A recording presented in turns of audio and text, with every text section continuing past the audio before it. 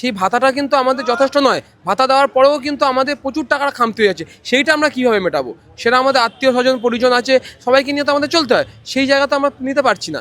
ভাতাটা দিয়েছে উনি ঠিক আছে এই অবস্থাতে, কিন্তু ভাতাতে আমরা পুরোপুরি সন্তুষ্ট নই। আমরা চাই যে 2018 সালে যেভাবে পুনরায় আমরা স্কুলে জয়েন করেছিলাম সেইভাবে পুনরায় আমরা স্কুলে আবার ফিরতে চাই এবং আমাদের মান সম্মান সব কিছু যেন অক্ষুণ্ণ থাকে, এটাই নিয়ে।